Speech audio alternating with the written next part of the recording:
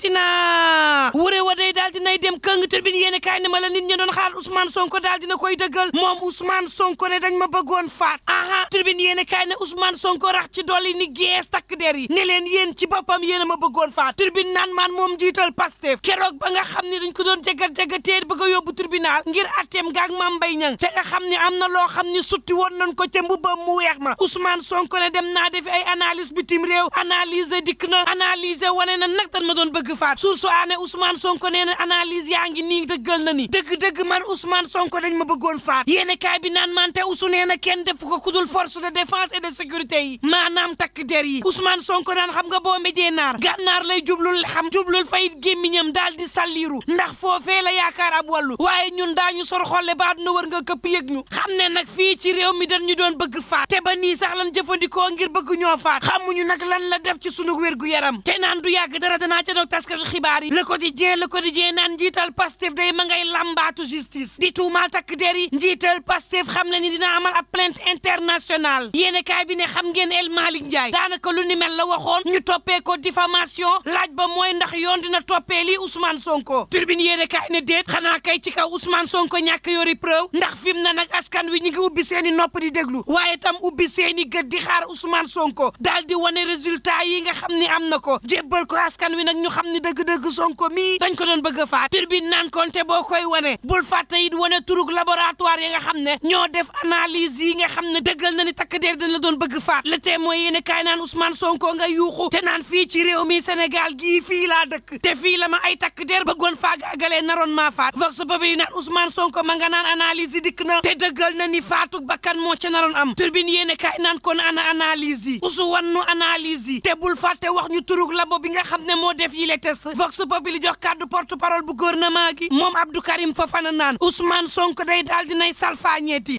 caxatee respect bi nga xam ne war nañ ko am ci sunu takk der yi ndax nag ma ngi leen di tuumaal bi yoon naan dañ ko bëggoon faat tuuma goo xam ne àndut ak benn preuve turbine yéene kaay naan kon déet Ousmane kay dina teg dara suñu loxo Abdou Karim Fofana ci vox populi naan ko ma ñëw xam nga dictature yi nga xam ne ñoo gën a yées ci àddina fa nga xam ni pexe bu ne daf fay jug ngir ay adversaire politique foofee du ñu bàyyi ba nga xam ni téléphone yeeg télévision yaa ngi direct ñu jël seen adversaire bëgg koo faat yenuwul maanaa vox populi naan maan yàggul dara procureur général bu Ndakaaru génn na wax xam leen ni jaare ko ci yarga si ba ci dossier médical bu Ousmane Sonko boo xam ni asma rek la wane ba ci col bi nga xam ni nee ñu dafa feesoon dell ak vinaigre amul lenn loo xam ni wane woon na ni Ousmane Sonko dañ ko doon bëgg faat tribune yéene kaay ne waaye Ousmane Sonko xam leen ni analyse yi loolu la wane muy jéem gin doon jéem ci bakkanam moom Ousmane Sonko ngir faagaagal ko Sud Quotidien naan man xam ngeen Idr ma ne ko déedéet mu ni ma ak jaan su ndaw la soo xam ni dafa bëri bopp benn bopp boo kuttu dafa mel ni luy saxaat te terewul nag jaan gi day wéy di dund yéene kaay bi naan man looloy Ousmane Sonko ñi ngi ci waajtaayu présidentielle 2024 bi pexe bu ne ña ngi ko koy pexeel moom Ousmane Sonko mu taxaw rek yéene kaay bi naan man bi le présidentielle ci ngay gisee feem gune moom président Macky Sall dana demam du dem gaa yaa ngi tënku nag ci nii wii nii noogi di xaar Sall ngaari ban dogal lay jël ci réew mi laataa loolu Sud naan man ña ngay kàmbal lu ne Ousmane Sonko muy rëcc Idrissa Seck nekk ñannaaw goo xam ni Phénix la ko yéene kaay bi dippee Phénix nag mën nga koo lakk ba mu nekkub doom wala mu màggat ba faatu fayal laaxu waaye day daal di judduwaat beesaat ni jomm taxaw Khalifa Babacar Sall yéene kaay bi naan man mooy force tranquille Karim Meïssa Wade nag fi mu ne mooy dernier roue de secours bu kan xëy na bu waa parti démocratique sénégalais tribune yéene kaay naan man waxtu woow taskatu xibaar yaa ngi dund jaxaan na ma ci réew mi Babacar Touré bu kéwaloo fi mu ne ñi ngi ko teg loxo woolu Moustapha Diop forum du justiciable naan mandat de dépôt yi nga xam ne dañ koy séddale ci réew mi mu mel ni gaa yi dañoo teggi natt nañ ko dakkal mi ngi bëgg nag jéggi dayoo 24 heures yéene kaay naan man réew mee jaxasoo daal loo ci manti déggit Sénégal lëj na ni wëñ ñi ngi